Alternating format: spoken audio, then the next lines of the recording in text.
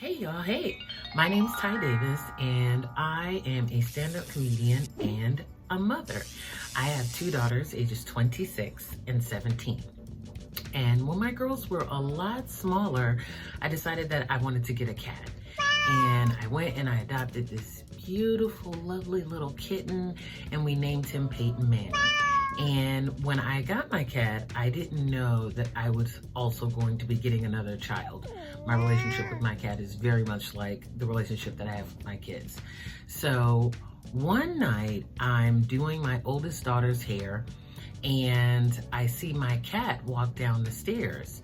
And he was kind of walking a little slow, kind of sluggish. And I was looking at him and I was like, what's wrong with Kitty? And my oldest looked at him and she was like, I don't know, he looks weird.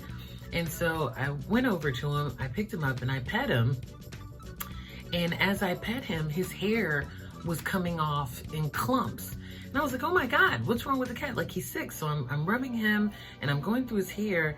And then I noticed that the hair clumps that are coming off, they're not like in balls. It's in very symmetrical strips of hair. And it looked like he had been cut with scissors. So immediately I called my youngest and I'm like, hey, Tink, come here. And she's like, yes. And I'm like, what is wrong with Kitty? Like, what did you do to him? And she was like, I didn't do anything to him. And anyone who has kids knows that kids are liars, okay? And I said, well, it looks like something's wrong with him. His hair is coming off and it looks like you cut him with scissors. Did you cut him with scissors? Now at the time, Tink was probably 5 or 6 years old and she had the safety scissors, you know, the ones they give the kids so they don't really hurt or cut themselves. Now Kitty wasn't bleeding, so stand by, PETA.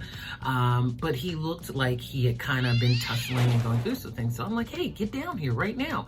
So she stands in front of me. And I look at her arms and I notice that she has scratches. She's got scratches and red marks all up and down her arms. And I'm like, oh my God, Tink, what did you do?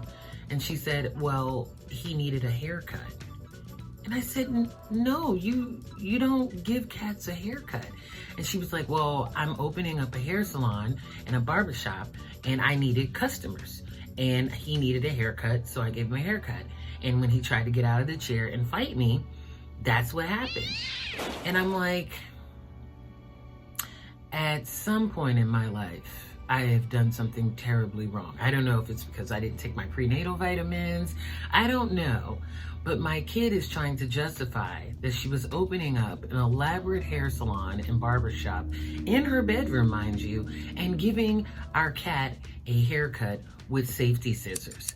Needless to say, Kitty was traumatized beyond disbelief, and to this day, he and my youngest daughter do not have a good relationship. It's very much toxic. It's a lot of back and forth. It's a lot of fighting with them.